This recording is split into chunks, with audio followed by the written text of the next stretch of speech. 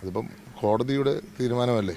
കോടതി ഇപ്പം നിയമത്തിൻ്റെ വഴിക്ക് നിയമം പോട്ടെ, അതനുസരിച്ച് സർക്കാരിന് ഇനിയും തെളിവുകളുണ്ടെങ്കിൽ ഫർദർ അപ്പീൽ പോട്ടെ എന്നുള്ളതാണ് എനിക്ക് ആ കാര്യത്തിൽ പറയാനുള്ളത്.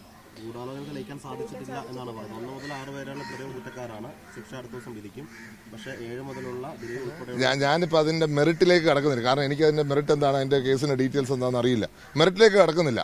പക്ഷെ സർക്കാരിന് ഇതിനകത്ത് ഫർദർ അപ്പീലിന് പോകാനുള്ള അവസരമുണ്ടല്ലോ. അവർ പോട്ടെ, അവർ സ്വാഭാവികമായിട്ട് പോകുന്നൊരു കാര്യമാണല്ലോ. അത് നിയമത്തിന് വഴിക്ക് പോട്ടെ. നിയമം അനുശാസിക്കുന്നതല്ലേ നമുക്കെല്ലാം ബാധകമായിട്ടുള്ളൂ.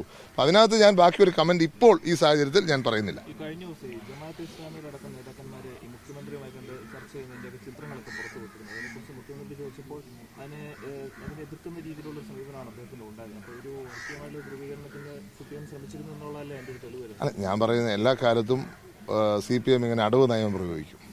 ഇന്ന് പറയുന്നതല്ല നാളെ പറയുന്നത്, നാളെ പറയുന്നതല്ല അടുത്ത ദിവസം പറയുന്നത്. ഇന്ന് ചിലർ തൊട്ടാൽ കുഴപ്പമില്ല. 80കളിൽ BJPയോട് ഐത്യമില്ലായിരുന്നു. ഇപ്പം ഇപ്പോഴും BJPയോട് ഐത്യമില്ല. ഒന്നിച്ച് നിൽക്കുന്ന സാഹചര്യം അല്ലേ ഞാൻ പറയുന്നത്. അതിൻ്റെ ഫർദർ ഞാൻ പറയുന്നില്ല. അപ്പം ഇടയ്ക്കിടയ്ക്ക് ആവശ്യം വരുമ്പോൾ ഏത് സാഹചര്യത്തിലും ഏതൊരു രാഷ്ട്രീയം ഉപയോഗിക്കാൻ CPMന് വൈദഗ്ധ്യമുണ്ട്. അത് ചെയ്തോട്ടെ. ജനങ്ങൾ കാണുന്നുണ്ട്. കേരളത്തിലെ ജനങ്ങൾ വിഡ്ഢികളല്ല എന്ന് മുഖ്യമന്ത്രി മനസ്സിലാക്കിയോ.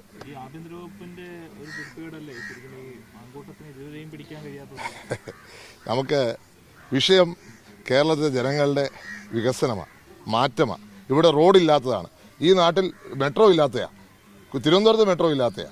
ശബരിമല സ്വർണം കൊള്ളയടിച്ചതാണ്. അതാണ് യഥാർത്ഥ വിഷയം.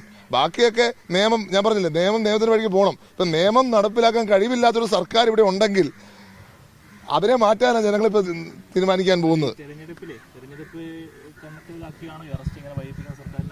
അത് സ്വാഭാവികമായിട്ട് എന്തെങ്കിലുമൊക്കെ അജണ്ട കാണുമല്ലോ. ഈ ഇലക്ഷൻ ആകുമ്പോൾ വിഷയം മാറ്റിവിടാൻ പല കാര്യങ്ങൾ അവർ ചിന്തിക്കും. അങ്ങനെ അന്ന് സ്വാഭാവികമായിട്ട് ചിന്തിച്ചാൽ തെറ്റുണ്ടോ? എത്ര ദിവസമായി ആഭ്യന്തര വകുപ്പ് കയ്യിലില്ലേ? അപ്പോൾ ആഭ്യന്തര വകുപ്പ് എന്താണ് ചെയ്യുന്നത്, പോലീസ് എന്താ ചെയ്യുന്നത്? സ്വാഭാവികമായ ചോദ്യമാണ്. അപ്പോൾ അതിനകത്ത് അവർക്ക് താല്പര്യമില്ല. കാരണം അവർക്ക് ഈ വിഷയം ഇങ്ങനെ നീട്ടി കൊണ്ടുപോകണം എന്നുള്ള കാര്യത്തിൽ സംശയമില്ല.